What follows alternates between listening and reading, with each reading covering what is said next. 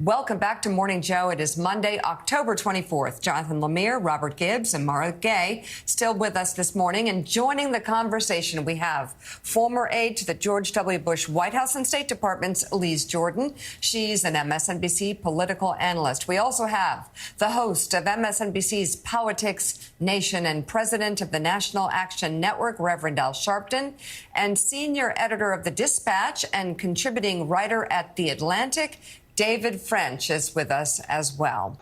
Yeah, so David French, these are our people. This is our tribe. We go to church with people like this. We were raised in communities with people like this. And I just for people that are watching out there, which I tried to explain during the election, Donald Trump accused me of murder 12 times, 13 times, tried to get an investigation opened up on me that would have eventually led to, like, my execution. And so around election time, I just called my friends. Hey, who are you voting for? Donald Trump. They said, okay, that's fine. I'm just curious. And, he did accuse me of murder. If a president accused you of murder, I would have spent the rest of my life chasing them down and making them regret that they ever got into politics, right? They certainly would have voted for him. So there's that side of it, right? And none of them had a good answer. But then here's the other side of it. I can sit and talk to them about anything. And they're the same people they've always been. If I needed a lung transplant tomorrow, these people would be the first in line to say, I'm there for you, Joe. How can I help you out? You've helped me so much in my life. I help you so much. That is the massive disconnect. I promise there are people that saw these people in the focus group and think that they have horns and they're going out and it's like this one strip of their life, and it is like a cult. And it is so hard for others to believe that outside of that, they're just wonderful people. You would like to sit and talk, explain it, because it's hard for me to explain it still. It's still so shocking to me. You said it really well, and I think there was a real public service there in that focus group, because what you saw was what I would call mainstream MAGA. That was not extreme MAGA. That was not ultra MAGA. That was mainstream belief about January 6th. And people need to see this. And, Joe, what you said is exactly right. I was volunteering for Samaritan's Purse in Mayfield, Kentucky after the hurricanes, and I was surrounded by a bunch of other volunteers who were spending their time to help neighbors in need, just doing incredible hard work, and had been doing it for days. And while they were doing it, there was a debate as to whether the tornadoes had been sent by the deep state to punish Trump voting areas of the country.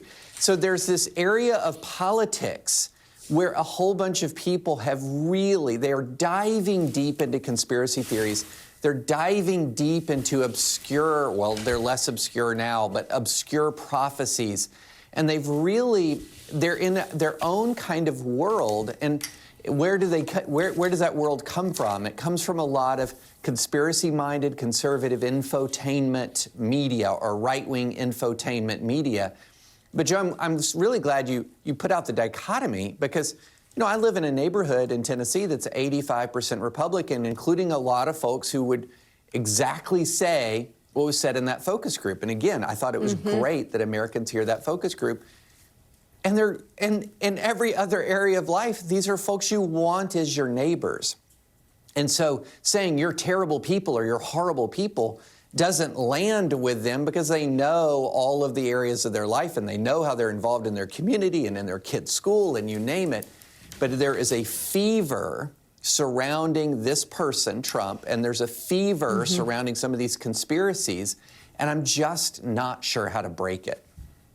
Well, and I say this with respect, it's not like a cult. Often when something is like a cult over and over and over again, it is a cult. And cult leaders prey upon their members. The members are not evil people. They are preyed upon. They are victims of a cult and of disinformation. David French, though, I will say in quiet, these people My friends that I talk to, people that you talk to, whether it's in church, whether it's at baseball games in the community, when all the cameras are away, they will whisper, kind of like to have Trumpism without Trump. He tweets too much. He talks too much. He gets in his own way. And so I wonder if the cameras were off, how many of those people would have actually supported Ron DeSantis, only because there is an exhaustion even among our tribe, for Donald Trump and how he makes everything harder for Republicans. Yeah, there's a lot of group dynamics going on here, and there's kind of a group intimidation effect that occurs. And so when a group of Trump supporters get together, it becomes very hard to dissent from that. But as soon as one does or two do, then you start to see the dam break a little bit. And you can see daylight past Trump. And I think, and maybe I'm wildly optimistic on this point, I think the Trump grip is slowly slipping. And wow. I don't know if he knows this or if he perceives this, but I do think it is slowly slipping. And so it just has become an us versus them, much in the way, you grew up in the South, and I know we always thought everyone's looking down on us down in the South, and it was more of a regional thing. But this is now an ideological divide. Yeah, and that is David French. That really is. When people ask where Trump came from, so much of it has to do with the fact that, and we both say this as white Southerners, and people can skewer us all they want to, but we grew up in a culture where there were 3 TV networks. Yeah. They were far left of center. There was the New York Times. There was the Washington Post. Left of center. You had 3 channels that you could watch. You had stuff coming out of Hollywood that everything seemed, at least to those of us in the South, to be mocking of people like us. When Sarah Palin was elected, was vice president, when she'd been selected as McCain's vice president, even Saturday Night Live made fun of people that were going out to cover her in Alaska. And there was this big divide. And I apologize, it's going to take a little while for me to get to where I'm going here. So there has been for a generation, for 40, 50 years, this feeling that for a lot of people that the elites have looked down on them, have mocked their faith, have mocked their beliefs, have mocked their way of life. And if you ever say that, they go, oh, you're just racist, you're just bigots. No, it's a little more subtle than that.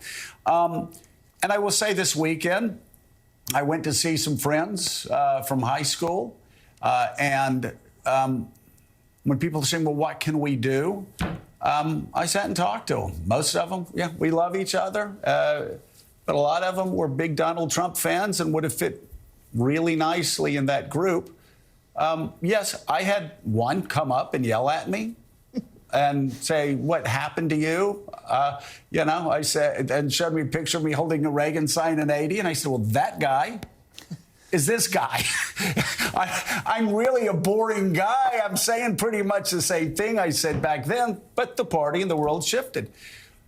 But then this person came up to me later, apologized, hugged me, and said, let's just talk about other things. We're good. And I said, listen, as you don't understand me, I don't understand you. The one thing I just want you to understand is we both have the same goal. We both love America, and we both think America's under siege. Let's figure out how to get there. I had another guy who came up to me talking about his faith.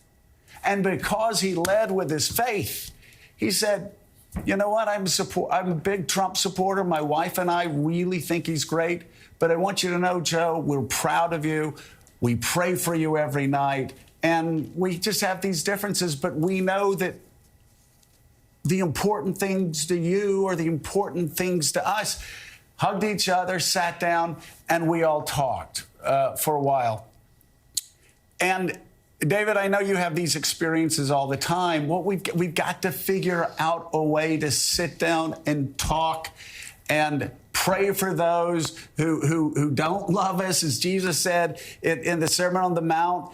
Pray for those who persecute you. If you love only those who love you, what good are you doing? Even the heathen do that. And I know that's an awful lot for a morning cable show, but instead of us just wringing our hands and banging our heads against the wall, actually, the type of love Jesus talks about in the Sermon on the Mount, that's a pretty good place to start. And I know it's hard for people to do in this environment, but I don't see another way forward. Yeah, you're so right, Joe. I mean, Elise had a great insight there, which is that a lot of Trump supporters believe that when you're taking on Trump, you're taking on them. That when you're attacking Trump, you're attacking them. And that when Trump, and so there's this instinctive, protective sort of sense that is surrounding Trump, where a lot of Trump supporters are saying, defending Trump is defending me. And when they're attacking Trump, it is attacking me. And this psychological bond that really got cemented after he surprisingly beat Hillary Clinton is something that a lot of people fundamentally don't realize. And so I think that one of the ways through this is for people to understand that by criticizing Donald Trump, you're not actually criticizing them. And by saying that Donald Trump did something wrong, you're not actually attacking them personally or looking down on them personally.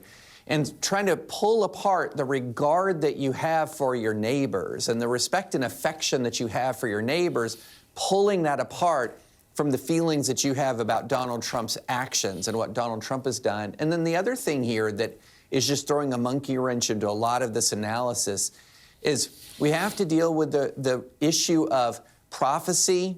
We have to deal with the issue that an awful lot of folks are actually under the belief that Donald Trump has a special divine anointing to save the United States of America. I run into this a lot based on prophecies that they've seen online or prophecies that they've heard in church. And they're very deeply influenced to the point where their Christian walk, part of their Christian walk is seen as supporting Donald Trump. And that gets even much more difficult to untangle. But we have to be able to untangle criticizing Donald Trump, the person, from this idea that by criticizing Trump, you're attacking the individuals who supported them. And we have to be able to pull that apart somehow. All right, Robert Gibbs, David French, and Maga, thank you all very much. Pretty incredible conversation.